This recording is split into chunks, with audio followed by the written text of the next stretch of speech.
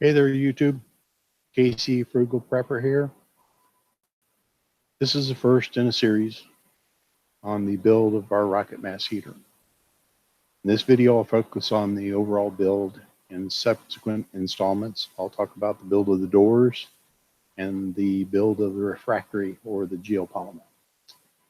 Please let me know in the comments section if you want me to drill down on any other topics or have any questions or comments on the subject. So the first step in the process was discussing and agreeing with my wife on an acceptable, attractive stove design. This picture is from a book by Ernie and Erica Wisner. The link is down below. We agreed that this was an attractive view, and that eventually turned into this was our target, which eventually ended up being constructed as this. This is a working rocket mass heater that we've been using for last fall and this winter, so 2018-19. So this is the begin with the end in mind. So this is where I'm going with this whole conversation and how we got here. So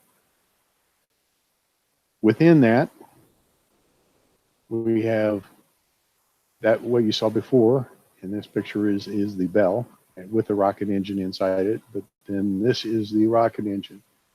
And the way I constructed this is I wanted it to be entirely self-contained and modular so that all of this could be pulled out and fixed and repaired and replaced, redesigned, whatever is necessary, if it is necessary. Hopefully that doesn't happen, but that was the thought, is to be able to be maintained going forward. So in theory, this should be able to be pulled out.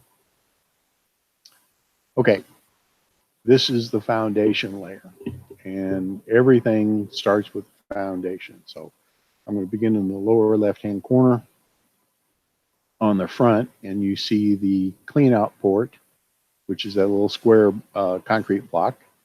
To the left of it is a rebar sticking out of a block with cob filled in it. Cob is a mixture of sand and clay, the local clay from Missouri. So mix that up and pour it into every one of blocks all the way up through the inside of the bell.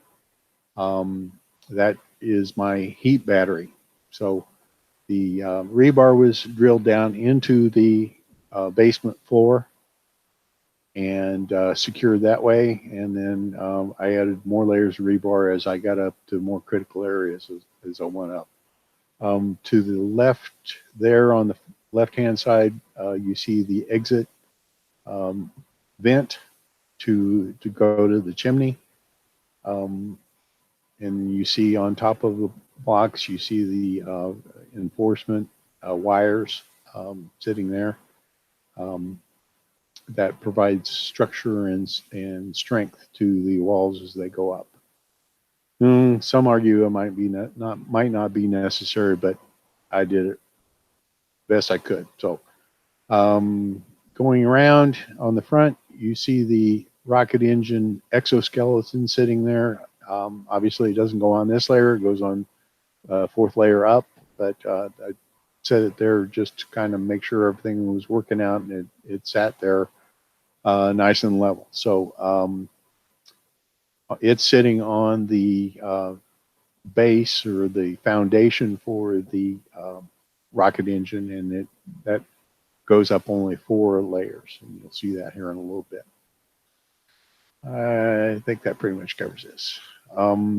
Now you start to see things taking shape, building the bell up, the walls up. Each layer is filled with cob. Keep going.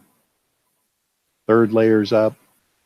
There's the 4th layer with the rocket engine sitting there. It's not yet attached.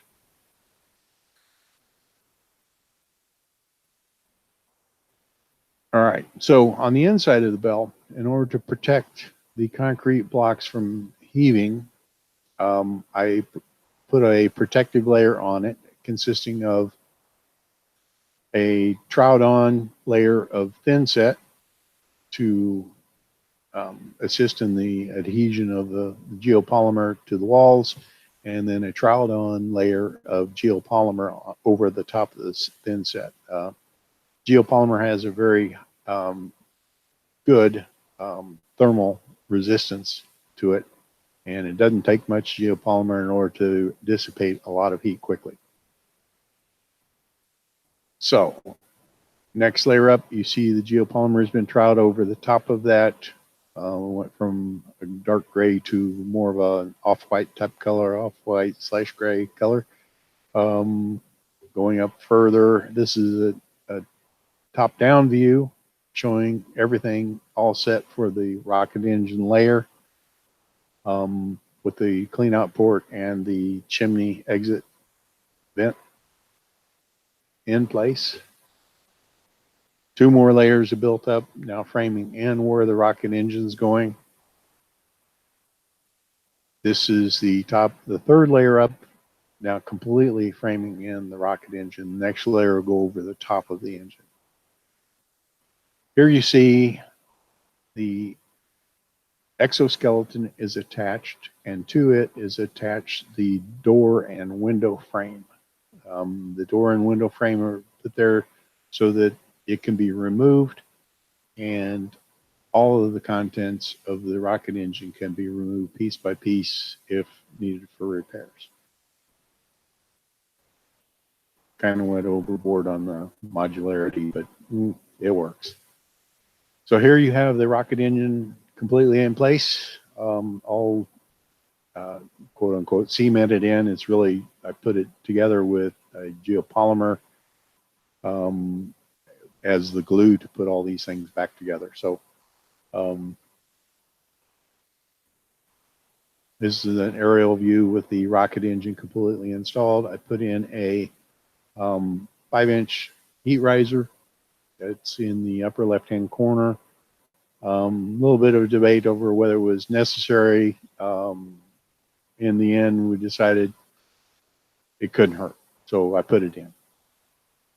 So this is pretty much the entire thing installed prior to the finishing up the rest of the bell.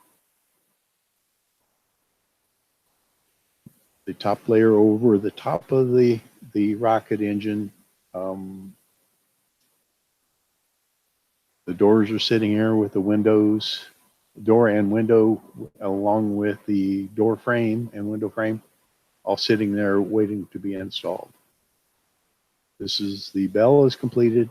On top of the bell is a 1/4 inch metal plate that is sealed, and that is my top of the bell. So I went with a standard chimney, triple layer stainless steel chimney pipe. So didn't redneck rig anything on that. Here's the final product of